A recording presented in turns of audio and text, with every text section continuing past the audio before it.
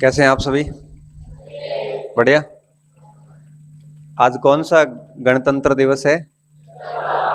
75th 75वां गणतंत्र दिवस। तो इस अवसर पर मैं आप सभी को शुभकामनाएं देता हूं। आज 75वां गणतंत्र दिवस है और आप सभी को अच्छे से पता है कि गणतंत्र दिवस क्या होता है, क्यों मनाया जाता है, पता है ना सारा? हाँ।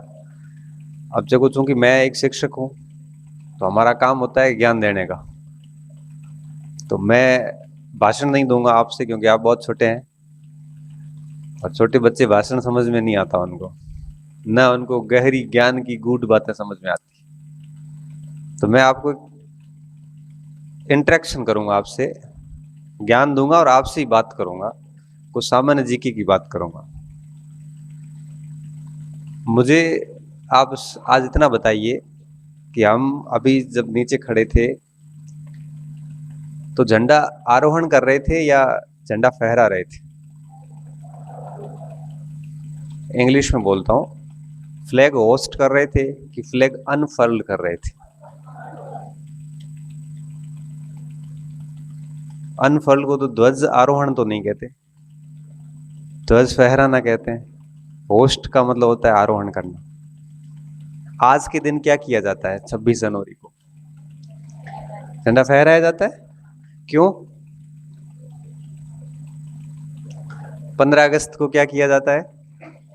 मैं सिर्फ 4-5 अंतर करूंगा, मेरी बात आज यहीं खत्म करूंगा, क्योंकि मुझे सिर्फ और सिर्फ आपको ज्ञान ही देना है कि 15 अगस्त और 26 जनवरी में अंतर क्या है। बस मेरा काम आज यही इतना ही है, बाकी भाषणबाजी अपन बाद में करेंगे कभी।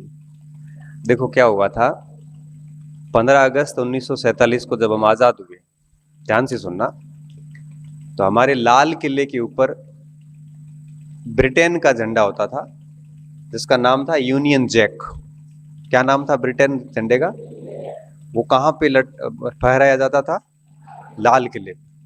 जैसे ही हम आजाद हुए 15 अगस्त की रात्रि, 14 अगस्त की रात्रि सॉरी, यूनियन जैक नीचे उतारा गया और तिरंगा ऊपर चढ़ाया गया। तिरंगे को आरोहण किया गया। आरोहण, आरोही का मतलब क्या होता है? पर्वत आरोही, सुना है नाम? मतलब पर्वतों के ऊपर चढ़ने वाला। तो हमारा तिरंगा ऊपर चढ़ाया गया लाल किले के ऊपर, और नीचे किसको उतारा गया? ब्रिटेन के यूनियन जैक को। पहली बार ध्वज आरोहण हुआ 15 अगस्त को, और ये कार्य भारत के अंतरिम सरकार के प्रधानमंत्री ने किया था। इसलिए आज भी 15 अगस्त को ध्वज आरोहण होता है, और वो कौन करता है? प्रधानमंत्री करता है। ध्यान रखना, 15 अगस्त को हमेशा मेन रोल में कौन होता है? प्रधानमंत्री, क्योंकि हमारी परंपरा बनी हुई है। 15 अगस्त 1947 से ही परंपरा बनी। अब बात आती है 1950 को क्या हुआ। 26 जनवरी 1950 के दिन उस फहराए हुए आरोहित ध्वज को ही खोला गया था, क्योंकि ध्वज तो चढ़ा तो है, चढ़ा कब था? अब दोबारा नहीं चढ़ाएंगे। चढ़ गया, वो चढ़ गया ध्वज। लेकिन हम लोग दोबारा क्यों चढ़ाते? क्योंकि हमारी ध्वज संहिता ये कहती है कि सूर्यास्त के बाद ध्वज नहीं रह सकता सरकारी कार्यालयों के अलावा, इसलिए हमें वापस नीचे लेना पड़ता है। इसलिए हमें हर बार वापस होस्ट करना पड़ता है। लेकिन बेसिक शब्दावली ध्यान रखना, 26 जनवरी 1930 के दिन ध्वज को खोल के फूल बरसाए गए, लेकिन ध्वज आरोहण का काम कब होता है?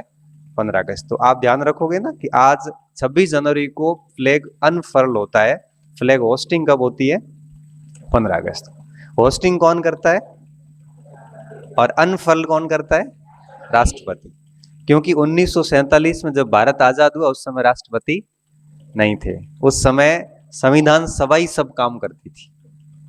एक अंतर। दूसरा अंतर, आपको अच्छा ही लग रहा है? या भाषण की उम्मीद कर रहे थे? मैं ज्ञान देना चाहता हूं, क्योंकि इस उम्र में पता नहीं चला ना, और आप कहीं जाओ और आपको वहां पे के सक्सेस पॉइंट स्कूल के बच्चे हैं और वहां मुंह उतारना पड़े, ऐसा मैं स्थिति देख नहीं सकता। दूसरी बात, 15 अगस्त 1947 को जो झंडा होस्ट हुआ वो कहां पे हुआ था? लाल किले के ऊपर। इसलिए आज भी 15 अगस्त का कार्यक्रम कहां मनाया जाता है? लाल किले पर। लेकिन 26 जनवरी का कार्यक्रम होता है राजपथ पे। कहां पे होता है? राजपथ पे। अब उसका नाम राजपथ भी क्या है? कर्तव्य पथ। तो दूसरा अंतर समझ में आया कि 15 अगस्त की सेरेमनी कहां होगी?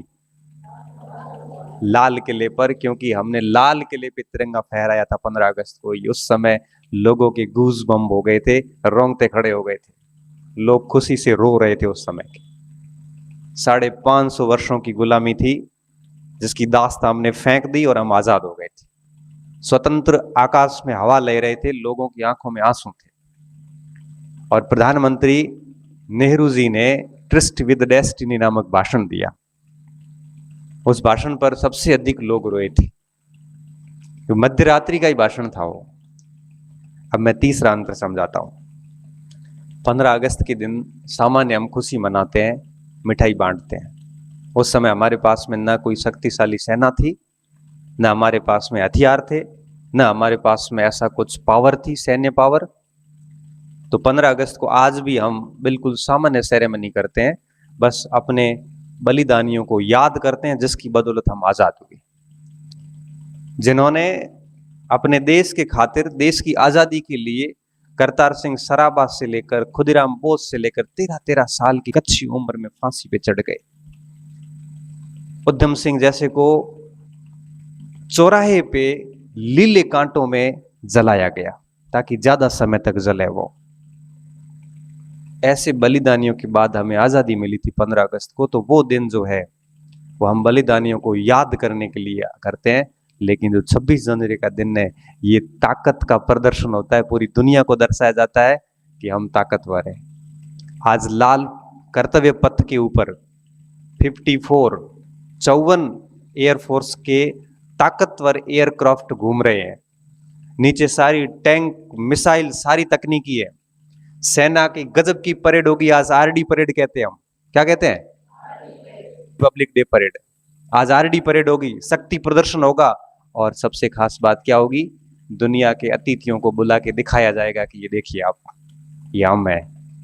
तो 26 जनवरी को परेड कब होती है? 26 जनवरी को। सैन्य शस्त्र अस्त्रों का प्रदर्शन कब होता है?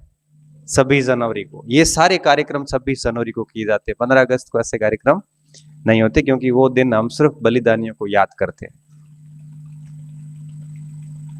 15 अगस्त को एक आखिरी अंतर, 15 अगस्त को भाषण किसका होगा?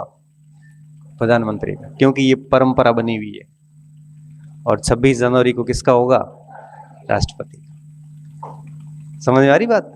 तो 15 अगस्त और 26 जनवरी, इन दोनों में आपको पता होना चाहिए, क्योंकि आप स्कूल में हैं और ये बड़े भारत की भूमि के लिए सबसे बड़ी 2 दिवस है।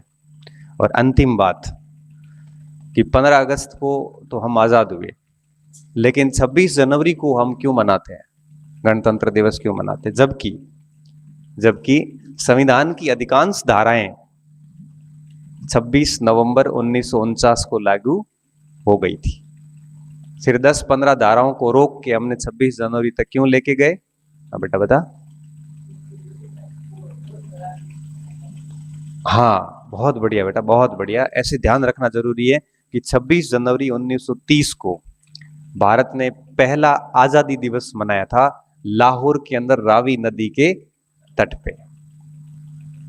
पहली बार कांग्रेस ने कहा था कि हमें देश ब्रिटिश सरकार से आजादी चाहिए।